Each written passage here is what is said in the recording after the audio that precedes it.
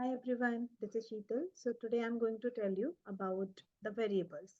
So variables are very important, kids. So how can we define a variable? A variable is, you can say, it's like a container which can hold the values. So whenever we are making programs or especially games, so we need something where you can hold those score points. So what we need for, like how what you can use for it. So for that purpose, we have a section called variables in Scratch. So whenever, let's say that I have one sprite and I'm gonna add a quick backdrop. Okay, now it will be good. And in this, I'm gonna put my sprite to control it with the keys. And whenever it is gonna touch the point, so what is the point gonna be? The cat is so hungry and it needs food. So let's go to the food section and add something. What cat can like? A bowl of milk, maybe an egg. Oh, orange. Okay, so let's go for the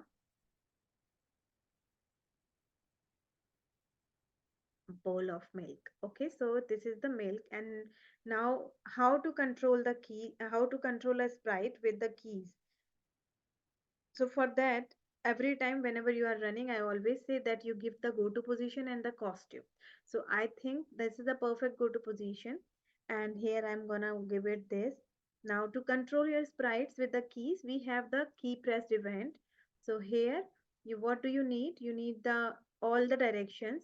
So for the up and down, it's x. For the up and down, it's y coordinate. If you see here, if I'm moving the cat here, so you can see this position 38. Now if I'm moving the cat back down, it's minus 92. So when I'm taking it up, it's increasing the y coordinate. When I'm taking it down, decreasing. And for the same left, it's like this. For the right, it's increasing. Okay, so for the up, you need to remember y position is increasing. So for that, I need to do when the up arrow key press, go to the motion, and then here we have the change x and change y coordinate. So I want it change y. If I do like this, it's going up. Now I'm just gonna copy and paste, and here it's gonna be down, and let's make it minus 10. Okay, now same for this. I want to do for the left and right. So for left section, I told you that the exposition is decreasing, so we will be doing here minus 10, and for the right position x will be increasing. So you just change the name of it and right arrow and then this, and we have the sprite which is controlled by the keyboard. So I'm pressing the keys and the cat is going in a perfect direction. Now I want this bowl of the milk. It should be like, going tuck, tuck, tuck, tuck everywhere randomly. After every 1 second. So for that also, I would have to give the command this where when green flag click, go to position, and I want this thing should happen in the forever loop. So I'm just going to take it this, and it's gonna be moving to the random position. So go to random position, that's very easy. And I want to give 1 second wait. So if I'm running, so you can see here, and I have to go and try to catch it every time. Now, how I'm gonna identify whether it is touching this or not? So I need to give the if condition. Conditionals are always required whenever you have to check with something. Okay, so I want to check whether my cat is touching this bowl of milk. So for that purpose, I need to go to if condition, go to the sensing, and then use this. Touching, mouse pointer, choose your sprite one. Then I need to get a point. So here is a requirement that whenever the cat is one sprite is touching another sprite on that position, I want to use a point or a score. For that purpose, I need some container in which I can store the points is scored by my player. So you need to go to now variables. Whenever we are using the variables, we have to use set, give it a name, rename variable, and here you give it name score. Okay, just a minute. Okay, so now I have declared my variable. So every time you are using a variable, you don't have to declare the variable with on multiple sprites because I'm using this variable for all the sprites. So that's why this is the reason. And whenever you make a variable, it will ask you for all sprites or for this sprite only. So if it is for this sprite, you can check on this. Otherwise, for all sprites. Generally, if it is a game in which multiple sprites are there, we made it for all sprites. Okay, and second thing, I am declaring here score to 0 so that every time anyone is playing the game, the score should start with 0.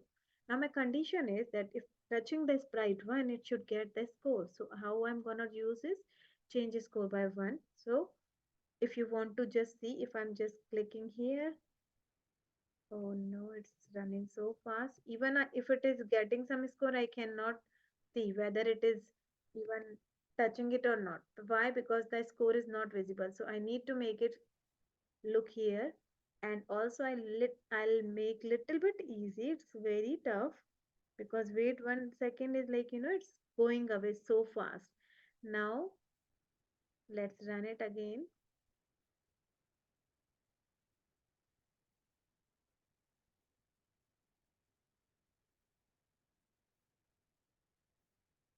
You can add the sound as well if it is touching.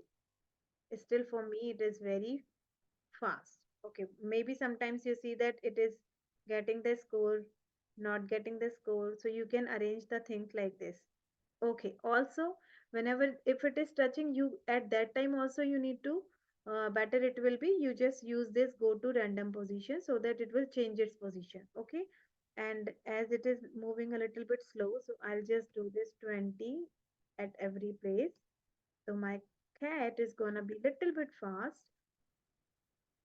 Okay. So this was a very easy example to make you understand how this is gonna work. 1 and 2.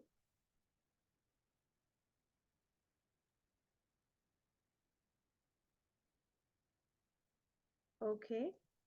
So, and here also you can give the you can give here, you can see that there is a problem, like it's sometimes it's not uh, giving you the option to increase the score. Why? Because in the forever loop we have given a wait for 2 seconds.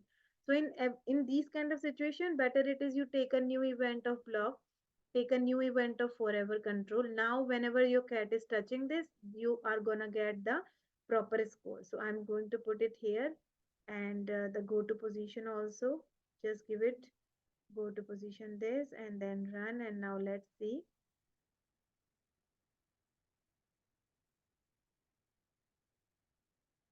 Okay, and for that now you can give the condition. Whenever it is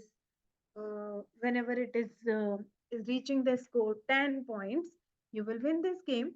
So it will be very easy. Okay, so hope you understand how the flow is going on for the variables. This was one easy example. You can do multiple kind of things. And I'm controlling this site with the mouse, with the keyboard here. We can use this with the mouse. Okay, so I'm gonna come with more examples to make you understand how these all are working. And last thing, you can add the sound. It will look more good whenever the cat is gonna touch the. And always in the sound, do not try to use until done. Otherwise, it will not move to the next sequence of the command. So always use this so that now let's see.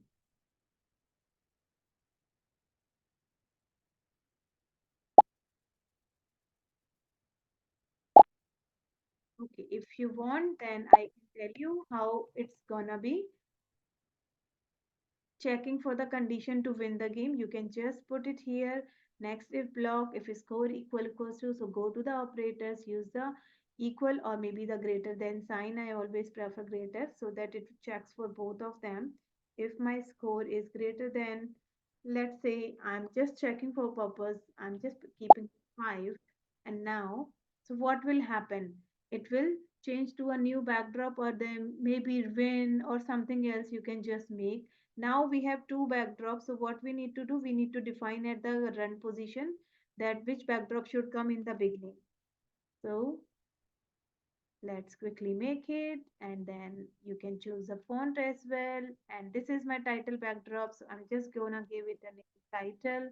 And let's come to the code. Here on the bowl, when green flag clicks, switch backdrop to the title one, and when this wins, then a switch backdrop to blue sky one. Reset and run. For checking purpose, I'm just going to keep it 2. Reset and run. You can hide all the sprites when the backdrop switches. Hope you remember how to do this. Yes? So for that, you can just do hide, and we now got the event when backdrop switches to go to the events. When backdrop switches to blue sky, then you need to hide. And here on the bowl, as the whenever we are using hide, so we always should use the show block onto the green flag. Otherwise, first time it will be hidden, then next time it will not come. You win. Okay, that was it.